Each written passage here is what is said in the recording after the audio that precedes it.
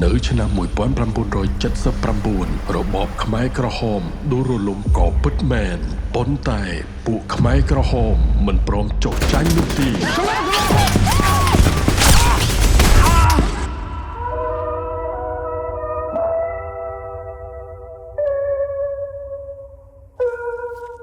ពួកយើងប្រហែលជាត្រូវសម្រាប់នៅទីនេះមើលទៅទីនេះជាមន្ទីរពេទ្យធំដែរតែហេតុអីបានជាគេបោះបង់ទីនេះចោលប្រហែលមកពីសង្គ្រាមហ្នឹងឯង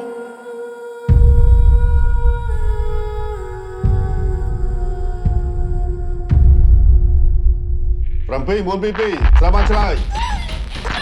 ណាគេអ្នកគ្រូពេទ្យខ្ញុំមានអារម្មណ៍ថាអាគារនេះគួរឲ្យខ្លាចហេតុអីបានជាអាយុធវាមកស្លាប់នឹងគេយកទៅឈឺជើង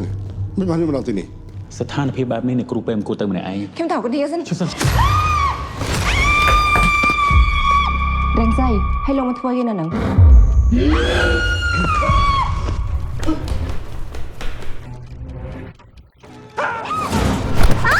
បាយចាំទៅឯងណាគេណាខ្ញុំពីមូលហេតុឲ្យពួកគេស្លាប់ហើយ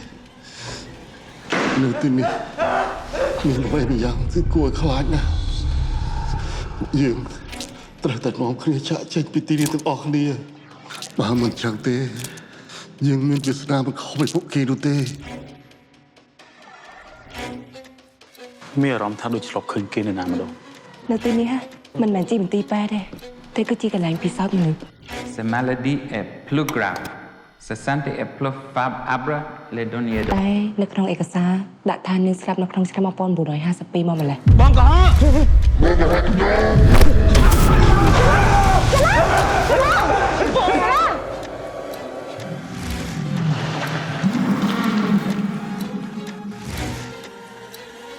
ពួកឯងត្រូវតែស្លាប់ពួកឯងត្រូវតែស្លាប់